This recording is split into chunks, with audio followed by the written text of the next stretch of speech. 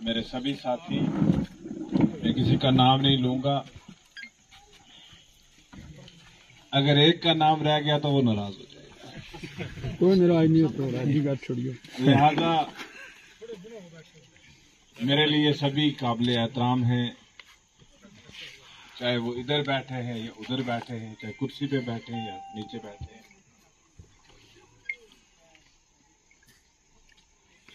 लेकिन मैं साहिब सदर और ब्लॉक सदर हमारे जो असलम खान साहब हैं, उनका नाम लेना चाहूंगा, क्योंकि वो इस मीटिंग की सदारत कर रहे हैं। मेरी तरफ से आप सबको बहुत बहुत सलाम और आदाब। दरअसल काफी अरसा से मेरी ख्वाहिश थी कि मैं जमोला आऊं, जमोला आके आपके मुश्किलात के बारे में आपसे सुन सकूं और जिस हालात से हम लोग गुजर रहे हैं, रियासत जिन हालात से गुजर रही है, ये यूनियन टेरिटरी जिन हालात से गुजर रही है, हम उन हालात के बारे में आपस में बात करें। पिछले 4 साल से रियासत में जो माहौल चल रहा है, कोई चुनी हुई सरकार है। आपको याद होगा 2018 में यहां पे सरकार गिर गई थी और 2018 के बाद आज तक यहां पे कोई इलेक्शन असेंबली का नहीं हुआ, यहां पे कोई ऐसी सरकार नहीं बनी जो लोगों के मसाइल सुनती और लोगों के मसाइल हल करती। एक निजाम बनाया गया, पंचायत का निजाम बनाया गया, पहले पंच सरपंच बनाए गए, फिर ब्लॉक कौंसिल बनी, उसके बाद जिला तरक्याती कौंसिल्स के इलेक्शन हुए और उसमें कुछ नुमाइंदे जिला तरक्याती कौंसिल्स के नुमाइंदे बने। तो ये एक चीज बावर करवाई गई सारी दुनिया को कि अब हमने असेंबली का मुतबादल जो है, जो 70 साल से यहां पे एक पंचायती निजाम कायम नहीं किया यहां की रीजनल पॉलिटिकल पार्टीज ने, जिनकी सरकारें रही, वो निजाम हमने कायम कर दिया है और हम ग्रास रूट डेमोक्रेसी को हमने स्ट्रेंथन कर दिया है। जो लोगों के काम 70 साल में नहीं होते थे, वो शायद इन 3 सालों में 4 सालों में होने चाहिए। हमें तो ये कहा गया, दुनिया को कहा गया, सारे मुल्क को कहा गया कि दफा 370 के तोड़ने के बाद जम्मू कश्मीर के लिए तरक्की के तमाम रास्ते खुल जाएंगे। जम्मू कश्मीर से बेरोजगारी खत्म हो जाएगी, जम्मू कश्मीर के लोगों को, यहां के लोगों को यहां से 7 समुंदर पार मजदूरी करने के लिए नहीं जाना पड़ेगा, बल्कि उनको रोजगार यहां मिलेगा।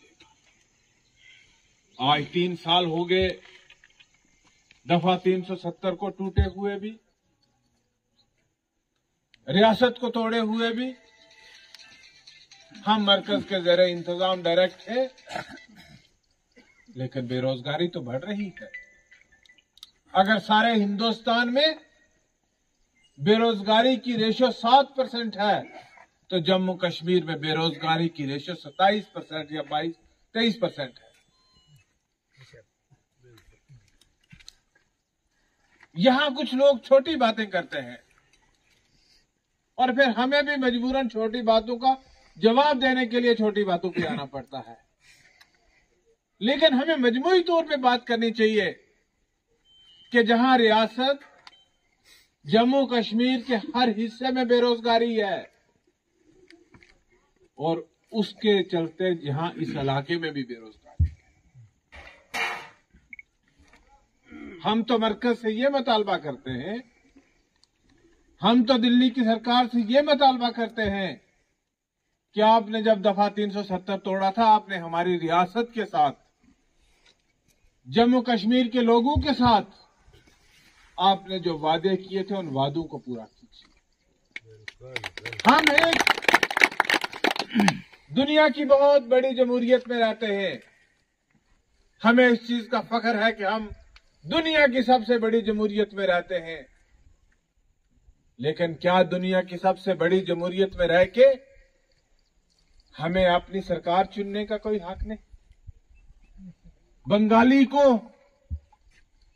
अपनी मर्जी से अपना नुमाइंदा बना के अपनी मर्जी का मिनिस्टर और चीफ मिनिस्टर बनाने का हक है।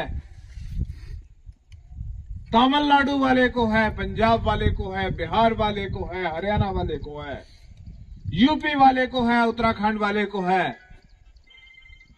लेकिन जम्मू कश्मीर के लोगों को क्यों नहीं? हमने क्या गुनाह किया है? हम अमन पसंद लोग हैं। ये आजादी का महीना है। आज लोग तिरंगे की बात करते हैं, आज लोग हिंदुस्तान के झंडे की बात करते हैं। मैंने आज से 30 साल पहले अपने इतनी बड़ी लंबी दाढ़ी रख के बुजुर्ग को आजाद हिंदुस्तान जिंदाबाद का नारा लगाते हुए देखा। आज हमें कोई वतन परस्ती सिखाएगा? हम तो जन्म से हिंदुस्तानी हैं, हम दिल से हिंदुस्तानी हैं। हमारा एतबार और अकीदा जो है इस चीज पे पुख्ता है। लेकिन क्या हमें इस आजाद हिंदुस्तान में एक जमहूरी सरकार नहीं होनी चाहिए?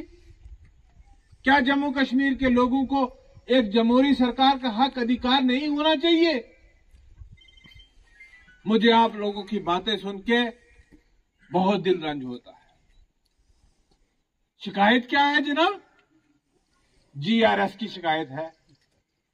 शिकायत क्या है जनाब? आपके कामों के नकली पैसे निकाले जाते हैं, ये शिकायत है। शिकायत क्या है जी? आपके काम नहीं होते। शिकायत क्या है जी? आपके अस्पताल में डॉक्टर नहीं आता। शिकायत क्या है जी? आपके स्कूल में मास्टर नहीं आता। जब हम सरकार में थे तो यहां का आम आदमी किसी बड़े से बड़े आदमी को फोन करता था, बड़े से बड़े अफसर को फोन करता था, वो उसकी घंटी पहली घंटी पे फोन उठाता था। बिल्कुल। वो थी सरकार जिसमें इज्जत थी, लियाकत की इज्जत थी, हाजी हुसैन मोहम्मद की इज्जत थी, रशीद की इज्जत थी, पुरुषोत्तम की इज्जत थी, गरदारी की इज्जत थी, मनीर की इज्जत थी, लोगों की एक इज्जत थी। लेकिन आज जनाब हम PHE वाले हमारे इलाके में पानी ना चलाएं, हम किसी को फोन करते हैं, यहां से का बड़ा से बड़ा इज्जत आदमी, उसके फोन को कोई नहीं उठाता। बिल्कुल। उसका पानी बंद रहे, महीनों उसका पानी बंद रहे, उसका पानी कोई नहीं उठाता। आपका ट्रांसफार्मर सिंगल लाइन हो जाता है जनाब, मुझे फोन करते हैं लोग, मैं डी साहब को फोन करता हूं, जनाब वो ट्रांसफार्मर खराब हो गया, कोई मैकेनिक भेज के उसको जरा मेहरबानी करा के ठीक करवा। हमारे दौर में ये बात तो नहीं थी। यहां एक जमहूरी सरकार का होना बहुत जरूरी है। जमोला की सरजमीन के साथ मुझे वोट मिले या ना मिले, लेकिन मुझे एक दिली बहुत लगाव है। कहते हैं ना किसी की कोई जन्म भूमि होती है, ये जमोला मेरी कर्म भूमि है। आज मैं आया यहाँ पे तो मुझे किसी ने कहा जनाब आज कोई हैंडपंप बांटने जा रहा है वहां पे। मैंने कहा जी निकलवा दीजिए, अच्छी बात है। कहा जनाब कोई जंगलात में सड़क लगानी है, कोई जंगलात में सड़क लगा ले। हमें किसी की जात के साथ कोई इख्तिलाफ नहीं, हम चाहते हैं कि लोगों के मसाइल हल होने चाहिए। लेकिन ये हैंडपंप तो 2 दिन पहले भी निकाला जा सकता था, 2 दिन बाद भी निकाला जा सकता था। आज ही क्यों निकालने की जरूरत पड़ गई जनाब? क्योंकि आज जुल्फकार को आना था, लिहाजा इसका क्रेडिट भी मुझे ही जाना चाहिए। किसी को सड़क का काम आज से 2 दिन पहले भी शुरू हो सकता था, आज ही क्यों शुरू करना पड़ा? क्योंकि जुल्फकार आ रहा है, 20 लोगों को रोक लेंगे। हमें लोगों को, मैंने हजारों और लाखों की तादाद में, मैंने 10-10 लाख के लोगों को जलसे में तकरीरें की है। मेरे लिए 10 आदमी भी बहुत होते हैं और 10 लाख भी बहुत होंगे। ये मेरे लिए मायने नहीं रखता कि कितने आदमी आएंगे मेरी मीटिंग में। आज ये नेट का जमाना है, शाम तक 20,000 लोग मेरी तकरीर सुन चुके हो। सही बात है। यहां कोई 10 भी आए तो मेरे लिए क्या मायने रखता है। लेकिन मैं ये कहता हूं कि हमारा खलूस नीयत होना चाहिए। जमोला में जिस सड़क पे आज लोग चलकर जुल्फकार की मुखालफत करते हैं, ये सड़क खुदा के सामने बताओ किसने बनाई है। मैं ये नहीं कहूंगा अपने मुंह से कि मैंने बनाई, आप बताओ किसने बनाई है। मौलवी साहब बताओ किसने बनाई है। असलम साहब बताओ किसने बनाई है। जो मेरे मुखालफत करते हैं लोग, उनको पूछिए, अपने दिल पे हाथ रख के बताइए सड़क किसने बनाई है। जिस सड़क पे आप रात को चलते हैं और डीडीसी के इलेक्शन में जो शराब बांटते थे जिस सड़क पे चल के, वो सड़क जुल्फकार ने बनाई। मैंने यहाँ 18 करोड़ की लागत से कंडी गाला में पानी लाया, साइनाल से उठा के बुई मोड़ में टंकी बनाई, निजामुद्दीन सरपंच के घर के पीछे टंकी बनाई, खां में टंकी बनाई। पूरा ब्लॉक, जब मैं यहाँ पे एमएलए था, मैंने जल जीवन मिशन में इस पूरे ब्लॉक को जल जीवन मिशन में रखवाया था। डिस्ट्रिक्ट राजौरी के मुख्तलिफ ब्लॉक थे जो जल जीवन मिशन में नहीं आ सके, लेकिन आपका ब्लॉक सबसे पहले प्रायोरिटी पे जल जीवन मिशन में आया। मैंने ये नहीं किया कौन मेरे साथ है उसके घर पानी लगना चाहिए और कौन मुझे मेरे साथ नहीं उसके घर पानी नहीं लगना चाहिए। मैं देख रहा था चंद दिन पहले यह अंजेरी सड़क के लिए हमारे कुछ साथी हैं, डोल और बांगड़े चल रहे थे, मैंने नेट पे देखा। मैं तो 2014 में गाड़ी में बैठ के अंजेरी स्कूल में गया हुआ हूं, उसी सड़क पे, और उसी वक्त का आज भी रिकॉर्ड पे निकाल के देख लो कि मैंने नाबार्ड में प्रोजेक्ट बना के भेजा था। मैंने इनसे, ये जो नारमा बरादरी है, इनसे जमीन ली। ये तो जमीन को हाथ नहीं लगाने देते थे, मैंने जमीनें इनसे लेके ये सड़क यहां से बनवा के दी। और आज 5.5 करोड़ 57 लाख रुपए मैंने उस सड़क के लिए लाके दिए नाबार्ड में, और जिस वो सड़क बनेगी वो हमारा देन है। स्याड़ी जमोला की सड़क मेरी देन है। रताला पुल की तामीर का काम मैंने शुरू किया। जमोला में अस्पताल बनाया मैंने बनाया। जमोला में हाई स्कूल मेरे बाप ने बनाया था और हायर सेकेंडरी स्कूल की बिल्डिंग मैंने बनाई। यहाँ पे लोगों के घरों में हैंडपंप कई लगाए हमने। बेशक बहुत सारी चीजें हैं। मुझे याद है कि मैंने 2009 में 1992 में यहाँ बिजली बंद हो गई थी जमोला में। जब एक सैलाब आया था 1992 में, तो ये सारी बिजली जो है यहाँ खत्म हो गई थी। और मैंने 2009 में जब मैं एमएलए बना तो मैंने सबसे पहले नीचे अस्पताल के पास ट्रांसफार्मर लगाया और 17 साल के बाद मैंने आपकी बिजली को दोबारा से बहाल किया। उसके बाद मैंने गुप अंधेरे में जमोला को देखा हुआ है। आज मुझे कहते हैं काले चश्मे उतार के देखो, मुझे तो काले चश्मों में ज्यादा अच्छा नजर आता है। सच कहता हूँ, ठीक है। काला चश्मा उतारो तो मेरी आंखें बंद हो जाती हैं, काला चश्मा लगा के रखूं तो मेरी आंखें ज्यादा खुल के देख सकती हैं। तो कहते हैं काला चश्मा उतार के देखो। हाँ दिखाइए ना, काला चश्मा उतार के क्या देखूं? ट्राइबल में जो पैसा आया, उस जो सड़क बनी ट्राइबल में, उसमें लोगों ने मक्की बीज ली, वो देखूं? या बुई मोड़ से नीचे जो पस्सी डाली है वो देखूं? क्या देखूं? के दस न चाहे मिना। ट्राइबल का मतलब जो ट्राइबल के जुमरा में आने वाले गरीब लोग, आप मुझे बताइए, बहुत सारे लोग यहां पे ट्राइबल तबका से बैठे हैं। मुझे इसलिए नहीं कि किसी की मैं मुखालफत करूं, कोई हमारा अपना उस महकमे का सेक्रेटरी है या मुझे उसके साथ कोई इख्तलाफ है, नहीं। मैं कहता हूं कि हकदार को हक मिलना चाहिए।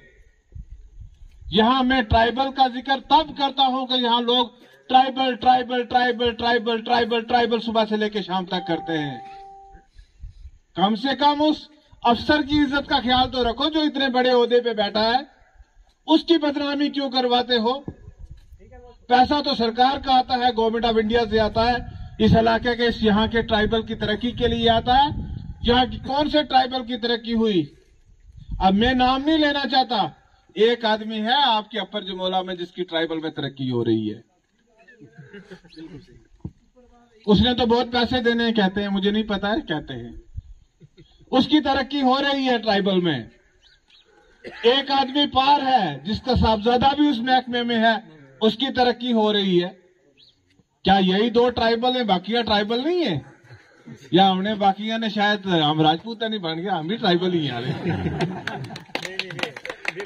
या ये सवाड़ी में चले जाए, एक आदमी सवाड़ी में ट्राइबल है, वो पार रहता है उधर, उस जगह का क्या नाम है, बगैला कोट पार ही रहा तड़ीनी नक्का। एक ट्राइबल वहां रहता है, 2 ट्राइबल अपर जमोला में रहते हैं, 2 ट्राइबल मड़ूता में रहते हैं। यही ट्राइबल है क्या? अगर ट्राइबल की बात करनी है तो यहां के गरीब ट्राइबल की बात करो कि उसका कुछ बने। सड़कें बनने के लिए पीएमजीएसवाई है, सड़कें बनाने के लिए आपके पास सीआरएफ है, सड़कें बनाने के लिए आपके पास नाबार्ड है। गरीब बकरवालों की बेड़े मार गई, बेचारों को टेंट नहीं मिला, रात को बुलाते हैं आओ तुम्हें टेंट दे देंगे तो हमारी एक मीटिंग हो जाए। टेंट की जगह हार। मैं आपको एक बात कहूं, ईमान अल्लाह की जात पे रखना चाहिए। कोई किसी को इक्तदार देने वाला नहीं है। ऋषित पे बस इक्तदार देने वाला, ये फोन काट लेने बात, इक्तदार देने वाला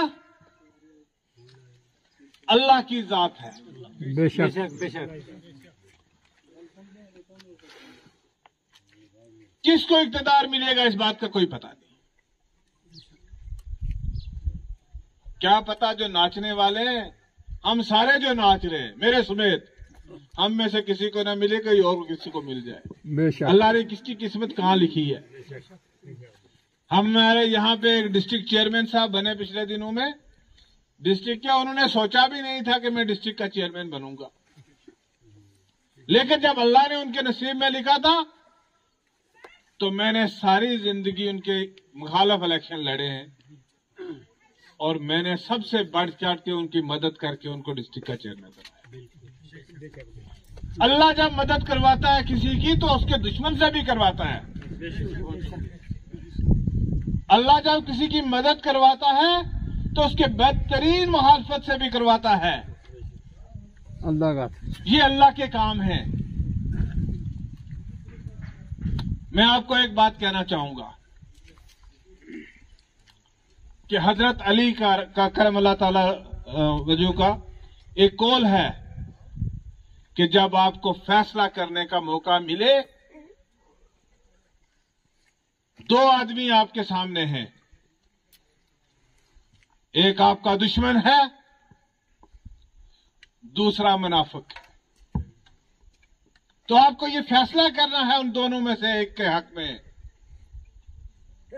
कि आपने मुनाफिक के हक में फैसला करना है या दुश्मन के हक में फैसला करना है। दुश्मन तो वो होगा जो सामने से वार करेगा, मुनाफिक तो वो है जो आपकी पीठ के पीछे से वार करता है। तो हजरत अली करम अल्लाह वजहू ने कहा है कि इस सूरत में आप अपने दुश्मन के हक में फैसला करो, मुनाफिक के हक में फैसला नहीं करो। मेरे भाइयों, मैंने जिन लोगों को अपने हाथों से पाला, जिन लोगों को मेरी मां ने अपने हाथों से दूध पिला के पाला,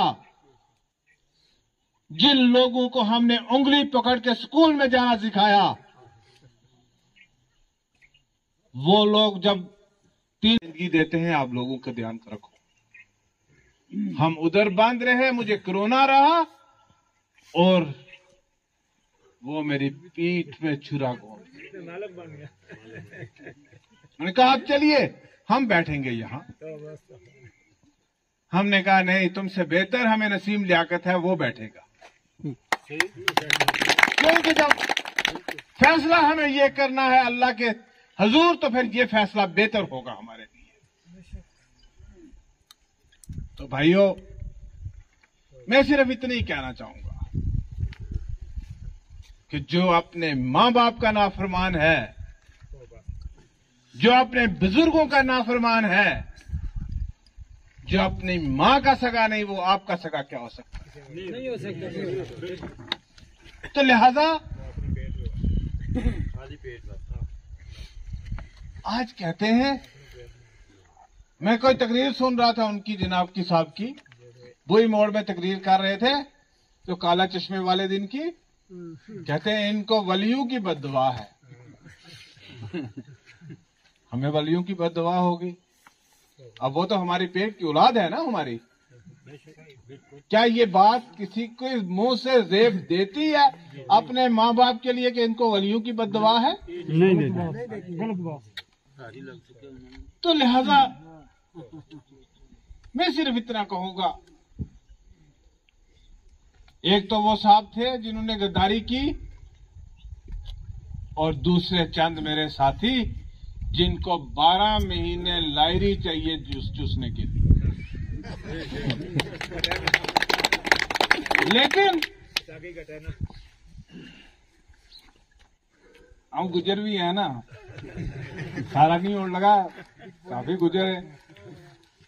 लेकिन एक गल याद रखनी चाहिए कि लायरी भी एक ताड़ा फिर फंडर हो जाएगी। हमेशा लायरी की तलाश में रहना वह भी मेरे ख्याल से सबसे बड़ी जलालत का काम है।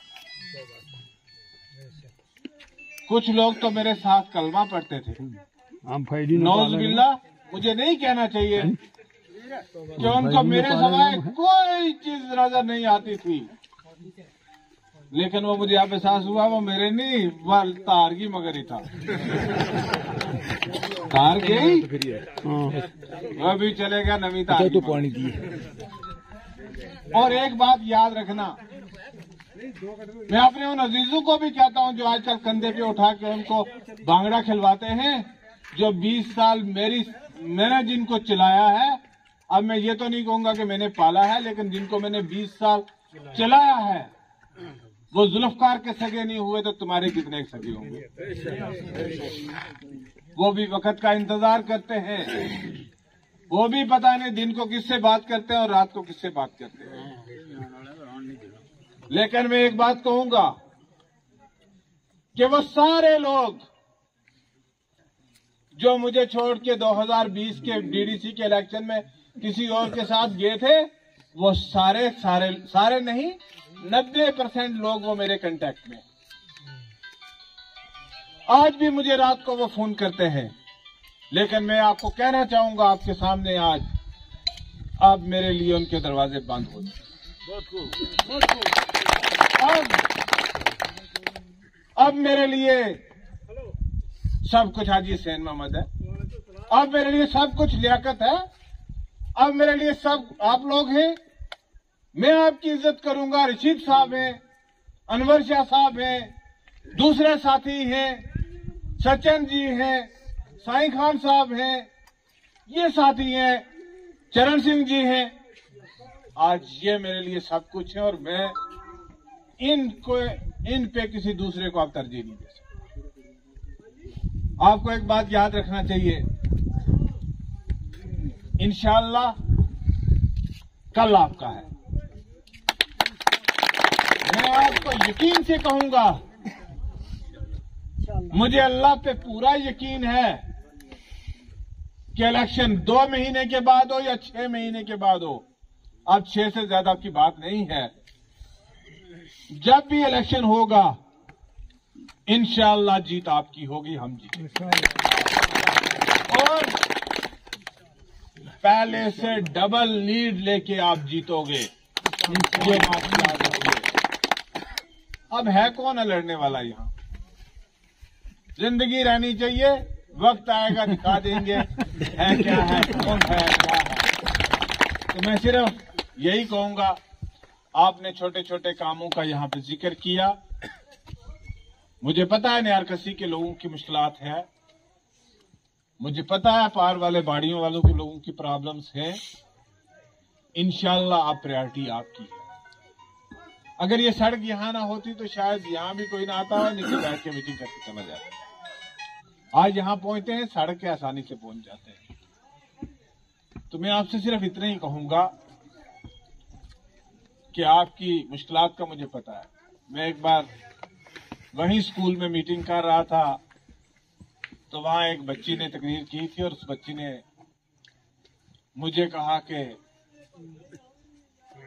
कुछ तल्ख अल्फाज में कहा कि मुझे आपकी भी बच्चियां हैं, आपकी भी बहनें हैं और हमें यहां से चल के जमोला हाई स्कूल के लिए जंगल से चल के पैदल चल के वहां तक जाना पड़ा।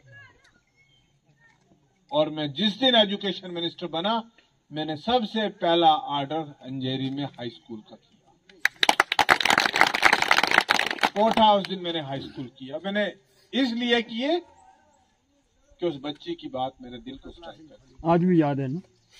मैंने उस बच्ची के जो हालात थी, सबसे पहले मैं पैदल गया था, उसके बाद में दूसरी बार गया तो गाड़ी पे गया 2014 में। तो इंशाअल्लाह वक्त आएगा, हम जो सड़क बनाएंगे वो पुख्ता बनाएंगे। हम जो सड़क बनाएंगे उस पे अच्छी लुक डाल के आपको सड़क बना के देंगे। हम जो तामीर और तरक्की का काम करेंगे वोटों के लिए नहीं करेंगे। वोट आने वाले जाने वाली चीजें हैं। बड़ी बार लोगों ने वोट दिया, कई बार नहीं भी दिया, ये वोट शोट मामूली चीजें हैं, लेकिन बात इंसानियत की होती है। मेरा और आपका एक इंसानियत का नाता है, तौर पे रिश्ता है। आप मेरे लिए दिन तोड़ के यहां पे आए मेरी बात सुनने के लिए, मैं आपका आसान मंद हूं इस चीज के लिए। मैं जम्मू से आया यहां आपके पास आपके साथ बात करने के लिए, ना आता तो भी घर में बैठा हुआ था, ठंडे कमरे में एसी लगा के बैठा रहता तो क्या था। लेकिन ये एक दर्द और तल्लक का रिश्ता है कि मैं आपकी बात सुनूंगा, 10 लोगों तक, एडमिनिस्ट्रेशन तक आपकी बात जाएगी।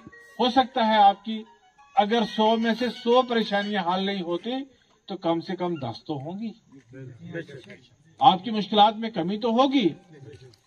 तो मैं यही कहूंगा कि मेरा आपके साथ कोई एमएलए बनने का रिश्ता नहीं है। हमारा एक नस्ल दर नस्ल चलने वाला रिश्ता है, हमारा एक तल्लक है। हम एक दूसरे की शिनाख्त और पहचान है।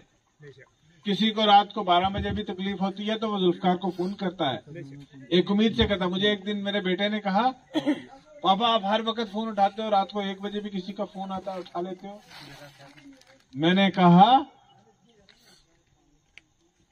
कि उसने इस रियासत में 1.25 करोड़ की आबादी है और किसी को फोन नहीं किया, उसने मुझे फोन किया है। एक उम्मीद उसको नजर आई कि वो जुल्फकार वहां बैठा है, शायद वो मेरी कुछ मदद कर सकेगा। वो उस उम्मीद से मुझे फोन करता है और मैं उसका फोन ना उठाऊं। मैंने कहा आज के बाद मैं 1 महीना अपने बेटे के साथ बात नहीं की कि तुमने मुझे ये बात क्यों की कि तुम रात को 1 बजे क्यों फोन उठाते। ये दर्द का रिश्ता है। हम एक दूसरे का दर्द करें, हम एक दूसरे की हमदर्दी रखें। मुझे नहीं पता कि मैं आपके कितने मसाइल हल कर सकूंगा, लेकिन एक बात मैं आपके साथ वादा करता हूं कि मैं ईमानदारी से अपने दिल से जो मेरे से हो सकेगा मैं आपके लिए करूंगा। और मैं दूसरी बात यह भी कहना चाहूंगा कि मैंने आज तक जो काम किया है दरहाल कॉन्स्टिट्यूंसी में, ईमानदारी से किया है, नेकनीति से किया है, खुदा से डर के किया है। बेशक और मैं 20 साल के करीब तकरीबन सियासत में रहा हूं। मुझ पे एक पैसा हराम है। जैसे पैगंबरजादों का खून हो, ऐसी इस तरीके से मुझे इस इलाके का एक पैसा भी मुझ पे हराम है। हाँ, खाना मैंने आपके घर खाया होगा। आज मैं आया हूं, असलम खान जो खिलाएगा खा लूंगा। आपके घर आऊंगा, जो आप देंगे खा लूंगा। चाय पिलाओगे पी लूंगा, बिस्कुट खिलाओगे खा लूंगा। उसको छोड़ के एक पैसा मुझ पे पिछले 20 साल मुझे सियासत में हो गए, एक आदमी यहां पे ये बात साबित कर दे कि जुल्फकार ने किसी का हकूक खाया, मैं सिर्फ इस काम के एवज एक पैसा खाया, तो मैं जिंदगी भर सियासत तो सियासत है, मैं ये मुल्क छोड़ने के लिए भी तैयार। कोई नाम नहीं। तो लिहाजा मेरी सियासत एक ईमानदारी की सियासत है। मेरी सियासत करदार की सियासत है। मेरी सियासत धोखे की सियासत नहीं, ना मैं धोखा दे के आया। मैंने पीडीपी छोड़ी क्योंकि पीडीपी का वजूद नहीं था और उस वजूद में आपके मसाइल हल नहीं हो सकते। अगर मैं पीडीपी ना छोड़ता तो मैं शायद आपके मसाइल इतनी बेबाकी से उबार नहीं सकता, मैं आपकी बातें ना कर सकता। लिहाजा आपको तल्लक मेरी जात के साथ। मैं पीडीपी में था, आप महबूबा जी से तो नहीं मिले, आप मुझसे ही मिलते। बेशक बेशक। या यहाँ कोई एनसी में होगा या बीजेपी में होगा, ना तो किसी ने नरेंद्र मोदी से मिलना, ना उमर अब्दुल्ला साहब से मिलना।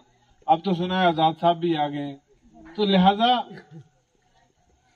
आपको अपने नुमाइंदे से मिलना है, तो आपका तल्लक मेरी जात के साथ होना चाहिए। मैंने आपको कभी भी किसी पार्टी के साथ जुड़ने के लिए नहीं कहा है, क्योंकि हमारे यहाँ के लोग किसी पार्टी के साथ जुड़ते ही नहीं है, छोड़ के चंद लोगों को जो बीजेपी के साथ जुड़े हुए हैं। बाकी कोई किसी पार्टी के साथ नहीं जुड़ता है, वो बंदे के साथ जुड़ता है। बाकी बड़े बड़े इलेक्शन लड़े हुए हैं, बड़े बड़े लोग देखे हुए हैं। जिन लोगों के साथ हमने इलेक्शन लड़े हुए हैं, उनसे ताकतवर अब इस बुद्धल कॉन्स्टिट्यूंसी में कोई इलेक्शन लड़ने वाला नहीं। तो लिहाजा ऐसे ऐसे लोगों के साथ हमने इलेक्शन लड़ा है जो अपने घर से जब निकलते थे 14,000 वोट लेके आते थे। तो पंचाते हम उनको जीरो करके 5-6 हजार की लीड ले जाते थे। ठीक है, तो कुछ लोगों को यह गलत फहमी है कि डीडीसी का इलेक्शन हम धोखे में हार गए। मैं सोच रहा था ये भी असेंबली का इलेक्शन होता है, नया तजर्बा था। मिना वो पता नहीं था कि ये मेंबर पंचायत वाला इलेक्शन हुआ। तो लिहाजा मैं वही आपसे कहना चाहता हूँ, तुमने क्यों जो बाली है। हाँ, उसे तो खा मारे तो ना। लेकिन जो अल्लाह करता है। देखो मैं आपको एक बात कहूँ, डीडीसी का इलेक्शन हारना हमारे लिए सबसे बड़ा सबक है। हमारा वास्ता बहुत बढ़िया। अब हम जो 10-20 हजार की लीड लेंगे वो उस डीडीसी के इलेक्शन के बदले में लेंगे, क्योंकि आपने सबको मौका दिया ना, आपने उनको आजमाया ना, आपने तालीमी निजाम भी बदलवा लिया होगा, आपने यहाँ की मजदूरी भी खत्म करवा दी होगी। देखो ना, हम तो हैं, हमने हमारे जमाने में मजदूर थे इस इलाके में, तो अब उनके जमाने में तो मजदूर नहीं ना होने चाहिए। अब तो सारे गेस्टेड अफसर होने चाहिए, सबके पैंट कोट और टाई होनी चाहिए। दिखती तो नहीं, मुझे किसी ने नहीं पहनी, शायद उनके साथ जो हो उनने पहनी होंगी। तो लिहाजा ये मेरा सिर्फ आपको कहने का इतना ही मतलब है कि आप लोगों को अपने ईमान पे रह के मेहनत करनी चाहिए और हक ना हक को जानना चाहिए। मैं आपको सिंपल 2 बातें कहूंगा लास्ट में। सच और झूठ को परखो।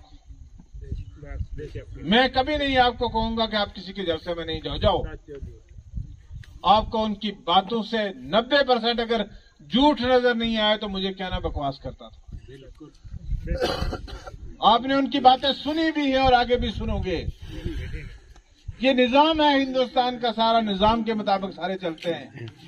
अब हम कहें कि हम स्कूलों की तकदीर बदल देंगे, और मैंने भी बड़ी कोशिश की, बड़ी ताकत के साथ कोशिश की, लेकिन लोगों को ख्वाब दिखाना बड़ा आसान है। उतारना इसलिए किसी महल में रहने को ख्वाब दसूंगा बड़ा आसान होगा कि नहीं होगा, लेकिन उसको अमली जामा पहनाना जो है वो सबसे मुश्किल काम है। तो लिहाजा ये बात आपको ध्यान रखना चाहिए कि यार नहीं, फलाना आदमी जो है वो हमारे साथ सच बोलता है या झूठ बोलता है, फलाना आदमी हमारे साथ सच बोलता है या झूठ बोलता है। आप सच और झूठ को परखना शुरू करो, लेकिन खुदा के लिए झूठ को शिकस्त। झूठों की फैक्ट्री है लोगों के पास। मुझे नहीं पता लगता वो कौन सी फैक्ट्री के प्रोडक्ट है जहां से इतने झूठ मिलते हैं। और कहते हैं एक झूठ को अगर आप 1000 बार बोलोगे वो आखिर में सच दिखना शुरू हो जाएगा। लेकिन झूठ से झूठ ही है ना। अल्लाह तबारक तआला कुरान करीम में फरमाते हैं लानत लिल काज़िबीन, झूठ बोलने वालों पे अल्लाह की लानत। और ये लोग जो आपको गुमराह करते हैं, झूठ बोलते हैं, अल्लाह की लानत इन पे जरूर पड़ेगी। काफी हद तक पड़ चुकी है, अब थोड़ी सी बाकी रह गई है। वो आपके धक्के की जरूरत है, कभी जिंदगी में नजर नहीं आएंगे। मैं जिन लोगों ने, हाँ एक बात मैं कहना चाहूंगा, जो करप्शन यहाँ पे हो रही है, जो लोगों की लूट खसूट हो रही है, हमें किसी की जात के साथ कोई इख्तलाफ नहीं है। चाहे वो यहाँ का सरपंच हो, वहां का सरपंच हो, यहाँ का GRS हो, वहां का VLWO हो, वहां का कोई JE हो, वहां का कोई D हो, वहां का कोई BDO, हमें किसी के साथ कोई इख्तलाफ नहीं। लेकिन जिसने गरीब का हक खाया है, चूसा है, इंशाअल्लाह हिसाब का दिन आने वाला है। हाथ आपका होगा और गिरबान उनका होगा। मैं आपके एक एक पैसे का हिसाब, मुझे कुछ मिले ना मिले, मैं MLA बनूं ना बनूं, लेकिन आपके एक एक पैसे का हिसाब करवा के छोड़ूंगा।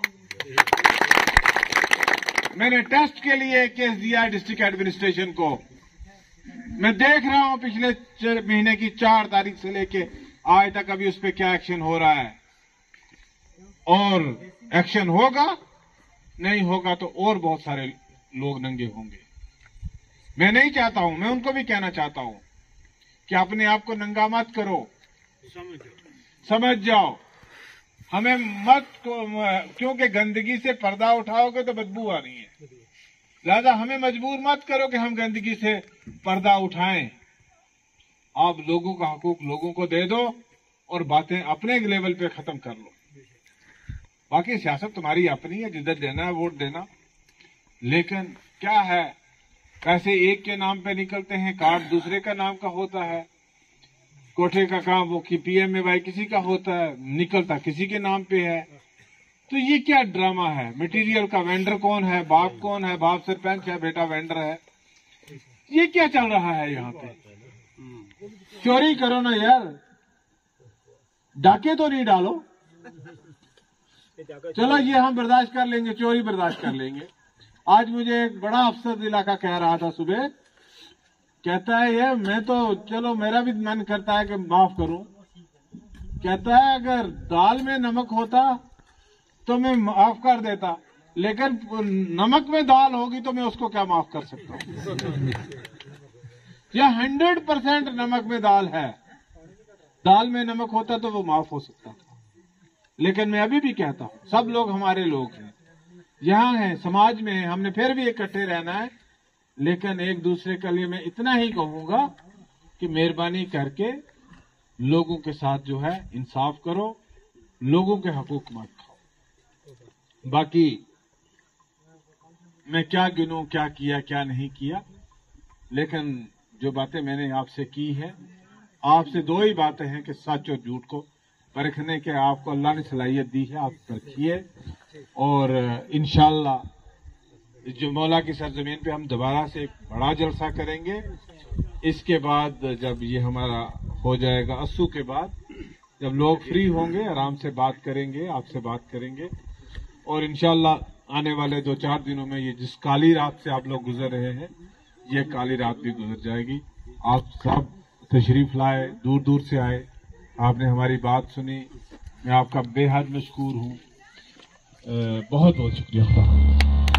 तो सर, जब आप दौरे हुकूमत में थे तो तब भी क्या सर ट्राइबल के काम या फंड्स आते रहे, या इसी बार जो हमारे डीडीसी और बीडीसी बने इस टाइम आए सर, इसके बारे में क्या कहना चाहेंगे जनाब? देखिए, जो ट्राइबल अफेयर्स डिपार्टमेंट था ये मैंने ही बनाया था 2015 में।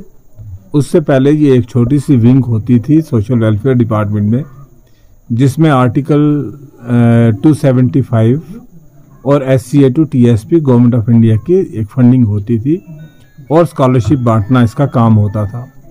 हमने इसका स्कोप जो है वो बढ़ाया, इसको हमने एजुकेशन सेक्टर को इन्वॉल्व किया। हमने बहुत सारे रियासत में इक्लेविया मॉडल स्कूल सैंक्शन किए, हमने गुजर हॉस्टल्स बनाए, हमने डेवलपमेंटल काम जो हो सकते थे वो किए। काफ़ी हद तक हमने इसको एक स्ट्रीमलाइन किया डिपार्टमेंट को। आज बेसिक जो इस पर्पज़ है ये एक सप्लीमेंट्री ग्रांट होती है। जो नॉर्मल फंडिंग से काम होने चाहिए वो पैसा नॉर्मल फंडिंग से आता है, और उस नॉर्मल फंडिंग में अगर कहीं पे कोई गैप रह जाता है, क्रिटिकल गैप रह जाता है, तो उस गैप को फिल करने के लिए ये जो फंडिंग है ये एक असिस्टेंस गवर्नमेंट ऑफ इंडिया की तरफ से दी जाती है। यहाँ पहले भी आता था इस असिस्टेंस, लेकिन वो ट्राइबल लोगों तक पहुँचता था, वो आम लोगों तक पहुँचता था। वो लोगों को शीप के यूनिट्स मिलते थे, लोगों को डेयरी के यूनिट मिलते थे, लोगों को हैंडीक्राफ्ट्स में काम करने को मिलता था, लोगों को कढ़ाई सिलाई सिखाई जाती थी, लोगों को वोकेशनल ट्रेनिंग बच्चों को करवाई जाती थी, डेवलपमेंट के काम होते थे। कहीं कोई ट्राइबल बस्ती थी जहाँ पे पानी नहीं होता था, उस ट्राइबल बस्ती को पानी दिया जाता था। कोई ट्राइबल बस्ती होती थी जो नॉर्मल फंडिंग से रह जाती थी, वहाँ पे उसको सड़क नहीं होती थी, छोटी मोटी सड़क बनाई दी जाती थी। लेकिन यहाँ पे हम जो देख रहे हैं कि पिछले 2 साल से जो फंडिंग यहाँ पे हुई है, मुझे नहीं पता है एग्जैक्ट फिगर्स क्या है, लेकिन जो भी फंडिंग हुई है वो ग्रॉसली मिस यूटिलाइज हुई है। हमारा कंसर्न ये है कि पैसा जो आए वो ज़मीन पे लगना चाहिए और उसका लोगों को बेनिफिट मिलना चाहिए। यहाँ पे बकरवाल बरादरी के लोग हैं, उनका पहाड़ों पे बहुत ज़्यादा नुकसान हुआ, माल मवेशी मर गए, उनको कुछ नहीं मिला।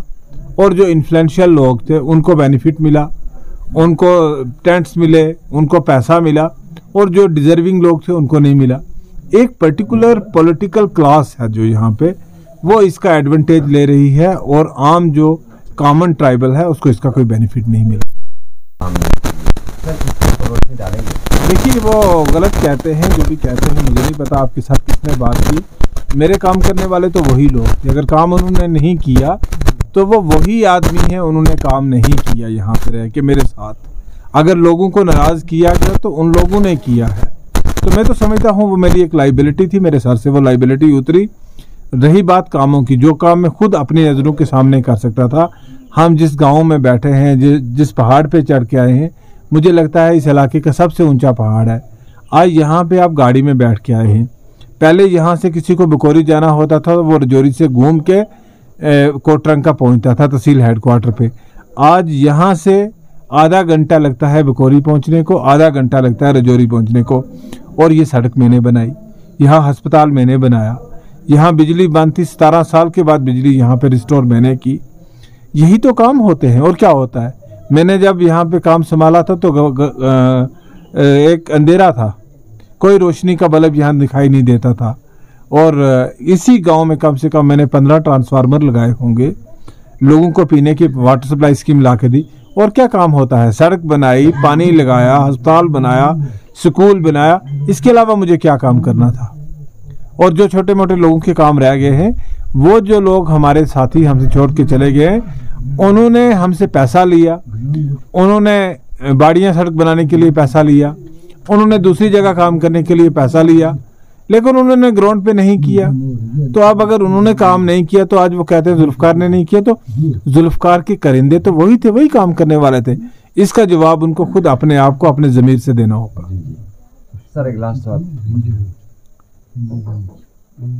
आजकल तो पहाड़ी और गुजर सर, इनमें क्या फर्क है, इनको कैसे रहना चाहिए? आजकल सोशल मीडिया के ऊपर देखा बड़ी गर्मा गर्मी हो रही है सर। देखिए, मैं आपको एक बात कहना चाहता हूँ, मैं गुजर बरादरी से भी कहना चाहता हूँ और पहाड़ी बरादरी से भी कहना चाहता हूँ कि शेड्यूल ट्राइब देने के लिए सर्टेन नॉर्म्स फिक्स किए हैं गवर्नमेंट ऑफ इंडिया ने, और जो डायरेक्टर जनरल सेंसिस है गवर्नमेंट ऑफ इंडिया के, उनके होम मिनिस्ट्री के नॉर्म से और कमीशन के नॉर्म से, उस नॉर्म्स के अकॉर्डिंगली किसी को मिलना होगा तो वो उस नॉर्म्स के मुताबिक कोई क्वालिफाई करता होगा तो उसको मिलेगा, अगर कोई क्वालिफाई नहीं करता होगा तो नहीं मिलेगा। हमें इकट्ठे रहना है, हम एक बरादरी हैं, हमारा मरना जीना उठना बैठना एक है। और मैं यही अपील करूंगा हर 2 सेक्शन से, डिमांड करने वालों से भी गुजारिश करूंगा कि वो भी संयम से काम लें, और जो लोग इसको अपोज करते हैं उनसे भी कहूंगा कि उनको भी संविधान पे कानून पे भरोसा होना चाहिए, जो होगा इंसाफ के मुताबिक इंसाफ के तकाजों पे होगा, लेकिन हमें आपस में झगड़ना नहीं चाहिए इन चीज़ों को। शुक्रिया सर।